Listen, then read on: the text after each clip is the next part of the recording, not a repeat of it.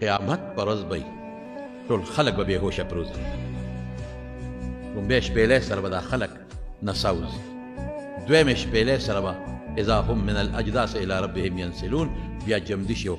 ځي به د قیامت هغه چې کوم میدان حشر دی هغې له به ځي دوه شپېلۍ شوې بیا به حساب کتاب نه کېږي ډېر ګران وخت دی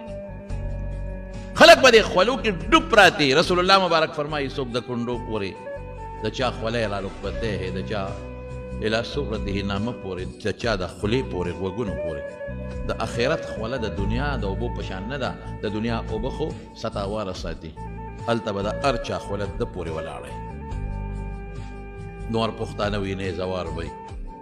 او رسول الله مبارک فرمایي چې نور به د انسان د سر ته یو میل رانږدې شي نو د حدیث راوي وی چې میل د کچ والا میل تم وی د سړکونو ده او میل د سترګو سلی تم وی نو پته نشته چې یو میل دا کیلومیټر والا میل دونه به نږدې وي او که د سترګې د سلی عمره به نږدې وي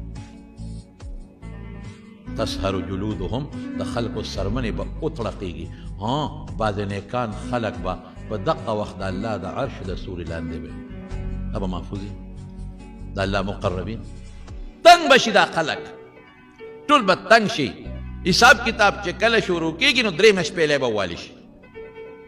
درېیمه شپېلۍ سره به دا محشر خلک ټول بېهوشه پرېوځي حضور پاک فرمایي زه به هم بېهوشه شم دا ټول به بېهوشه شي نو بیا به څلورمه د الله د عرش تجلي به کېږي دا خلک به بېهوشه پرېوځي دا د الله د شان مناسب نو څلورمه شپېلۍ به ووالي شي نو دا خلک به بیا راپاسي نو رسول الله مبارک فرمایي چې څلورمه شپېلۍ سره خلک پاسي د ټولو نه مخکې به زه سر راوچت کړم نو چې وګورم نو موسی علیه السلام به د الله د عرش خپه نیولي نو دا پته ماته نشته چې دې زما نه مخکې بیدار شوی دی زما نه مخکې هوش کې راغلی دی او که نه په کوه تور کې په ده بېهوشي راغلې وه نو د هغې په بدل کې د دې بېهوشۍ نه الله ساتلی دی ام جوزیه بساقط الطور کوه تور کې موسی علیه السلام بېهوشه شوی